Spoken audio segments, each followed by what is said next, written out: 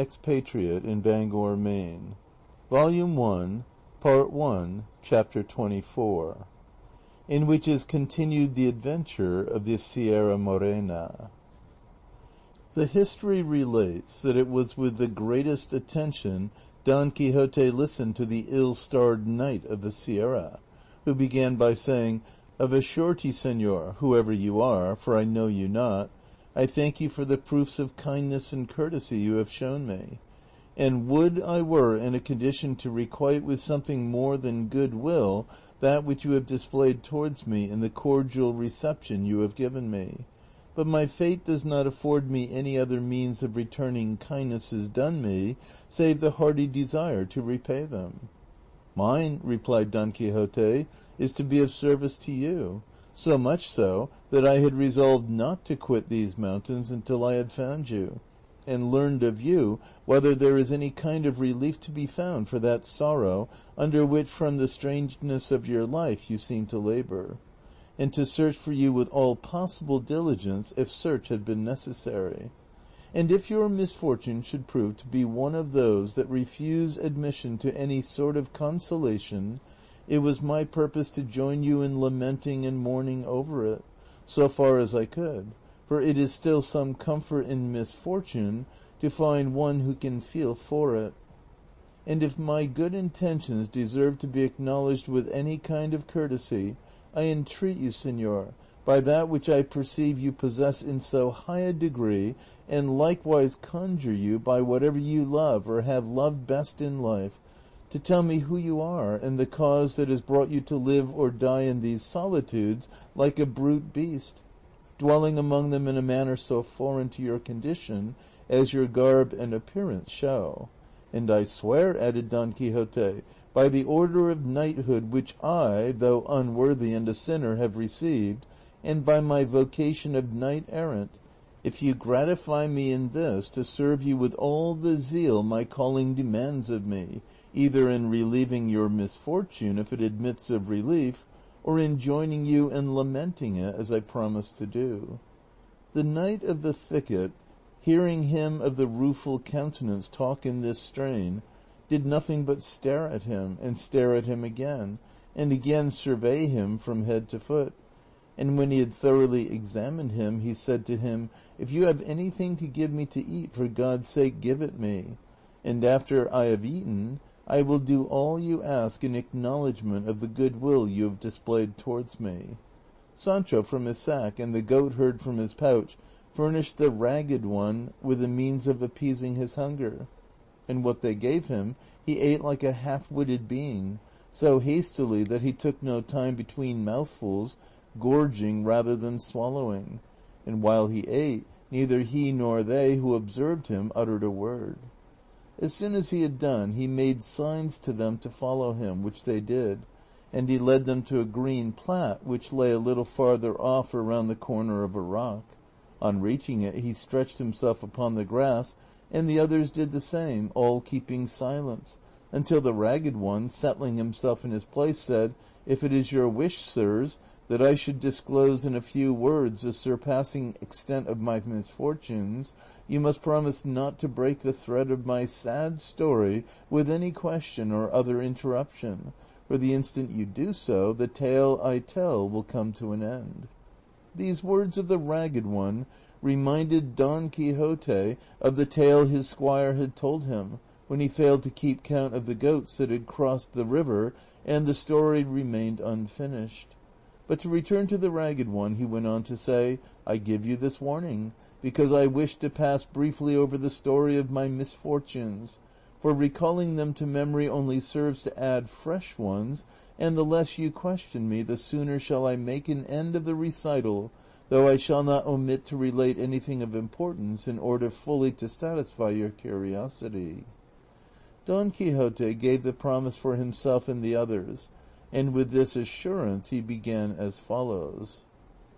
"My name is Cardenio, my birthplace one of the best cities of this Andalusia, my family noble, my parents rich, my misfortunes so great that my parents must have wept and my family grieved over it, without being able by their wealth to lighten it, for the gifts of fortune can do little to relieve reverses sent by heaven. In that same country there was a heaven in which love had placed all the glory I could desire. Such was the beauty of Lucinda, a damsel as noble and as rich as I, but of happier fortunes, and of less firmness than was due to so worthy a passion as mine. This Lucinda I loved, worshipped, and adored from my earliest and tenderest years, and she loved me in all the innocence and sincerity of childhood. Our parents were aware of our feelings, and were not sorry to perceive them, for they saw clearly that as they ripened, they must lead at last to a marriage between us, a thing that seemed almost prearranged by the equality of our families and wealth. We grew up,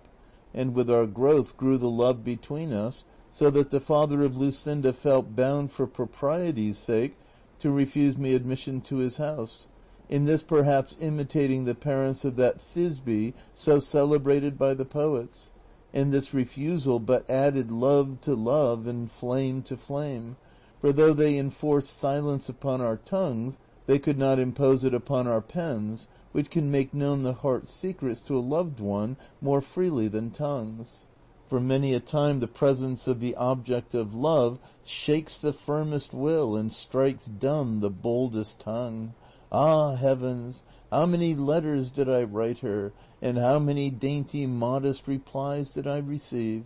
How many ditties and love songs did I compose, in which my heart declared and made known its feelings, described its ardent longings, revelled in its recollections, and dallied with its desires. At length, growing impatient and feeling my heart languishing with longing to see her, I resolved to put into execution and carry out what seemed to me the best mode of winning my desired and merited reward, to ask her of her father for my lawful wife, which I did. To this his answer was that he thanked me for the disposition I showed to do honor to him, and to regard myself as honored by the bestowal of his treasure, but that as my father was alive, it was his by right to make this demand, for if it were not in accordance with his full will and pleasure, Lucinda was not to be taken or given by stealth. I thanked him for his kindness, reflecting that there was reason in what he said, and that my father would assent to it as soon as I should tell him, and with that view I went the very same instant to let him know what my desires were. When I entered the room where he was, I found him with an open letter in his hand, which, before I could utter a word, he gave me, saying, "By this letter thou wilt see, Cardenio, the disposition the Duke Ricardo has to serve thee." This Duke Ricardo, as you, sirs, probably know already, is a grande of Spain, who has his seat in the best part of this Andalusia. I took and read the letter, which was couched in terms so flattering that even I myself felt it would be wrong in my father not to comply with the request the Duke made in it, which was that he would send me immediately to him, as he wished me to become the companion, not servant, of his eldest son, and would take upon himself the charge of placing me in a position corresponding to the esteem in which he held me. On reading the letter my voice failed me, and still more when I heard my father say, "2 days hence thou wilt depart, Cardenio, in accordance with the Duke's wish, and give thanks to God, who is opening a road to thee by which thou mayest attain what I know thou dost deserve." And to these words he added others of fatherly counsel. The time for my departure arrived. I spoke one night to Lucinda. I told her all that had occurred, as I did also to her father, entreating him to allow some delay, and to defer the disposal of her hand until I should see what the Duke Ricardo sought of me. He gave me the promise, and she confirmed it with vows and swoonings unnumbered. Finally, I presented myself to the Duke, and was received and treated by him so kindly that very soon envy began to do its work, the old servants growing envious of me, and regarding the Duke's inclination to show me favor as an injury to themselves. But the one to whom my arrival gave the greatest pleasure was the Duke's second son, Fernando by name, a gallant youth of noble, generous, and amorous disposition, who very soon made so intimate a friend of me that it was remarked by everybody, for though the elder was attached to me and showed me kindness, he did not carry his affectionate treatment to the same length as Don Fernando. It so happened, then, that as between friends no secret remains unshared, and as the intimacy I enjoyed with Don Fernando had grown into friendship, he made all his thoughts known to me, and in particular a love affair which troubled his mind a little. He was deeply in love with a peasant girl, a vassal of his father's, the daughter of wealthy parents, and herself so beautiful, modest, discreet, and virtuous that no one who knew her was able to decide in which of these respects she was most highly gifted or most excelled. The attractions of the fair peasant raised the passion of Don Fernando to such a point that in order to gain his object and overcome her virtuous resolutions, he determined to pledge his word to her to become her husband, for to attempt it in any other way was to attempt an impossibility. Bound to him as I was by friendship, I strove by the best arguments and the most forcible examples I could think of to restrain and dissuade him from such a course, but perceiving I produced no effect, I resolved to make the Duke Ricardo, his father, acquainted with the matter. But Don Fernando, being sharp-witted and shrewd, foresaw and apprehended this, perceiving that by my duty as a good servant I was bound not to keep concealed a thing so much opposed to the honor of my lord the Duke. And so, to mislead and deceive me, he told me he could find no better way of effacing from his mind the beauty that so enslaved him than by absenting himself for some months, and that he wished the absence to be effected by our going, both of us, to my father's house under the pretence, which he would make to the Duke, of going to see and buy some fine horses that there were in my city, which produces the best in the world. When I heard him say so, even if his resolution had not been so good a one, I should have hailed it as one of the happiest that could be imagined, prompted by my affection, seeing what a favorable chance and opportunity it afforded me of returning to see my Lucinda. With this thought and wish, I commended his idea and encouraged his design, advising him to put it into execution as quickly as possible, as, in truth, absence produced its effect in spite of the most deeply rooted feelings. But, as afterwards appeared, when he said this to me, he had already enjoyed the peasant girl under the title of husband, and was waiting for an opportunity of making it known with safety to himself, being in dread of what his father the Duke would do when he came to know of his folly. It happened then that as with young men love is for the most part nothing more than appetite, which as its final object is enjoyment, comes to an end on obtaining it, and that which seemed to be love takes to flight, as it cannot pass the limit fixed by nature, which fixes no limit to true love. What I mean is that after Don Fernando had enjoyed this peasant girl, his passion subsided, and his eagerness cooled, as if at first he feigned a wish to absent himself in order to cure his love, he was now in reality anxious to go, to avoid keeping his promise. The Duke gave him permission, and ordered me to accompany him. We arrived at my city, and my father gave him the reception due to his rank. I saw Lucinda without delay, and though it had not been dead or deadened, my love gathered fresh life. To my sorrow I told the story of it to Don Fernando, for I thought that in virtue of the great friendship he bore me, I was bound to conceal nothing from him. I extolled her beauty, her gaiety, her wit, so warmly that my praises excited in him a desire to see a damsel adorned by such attractions. To my misfortune I yielded to it,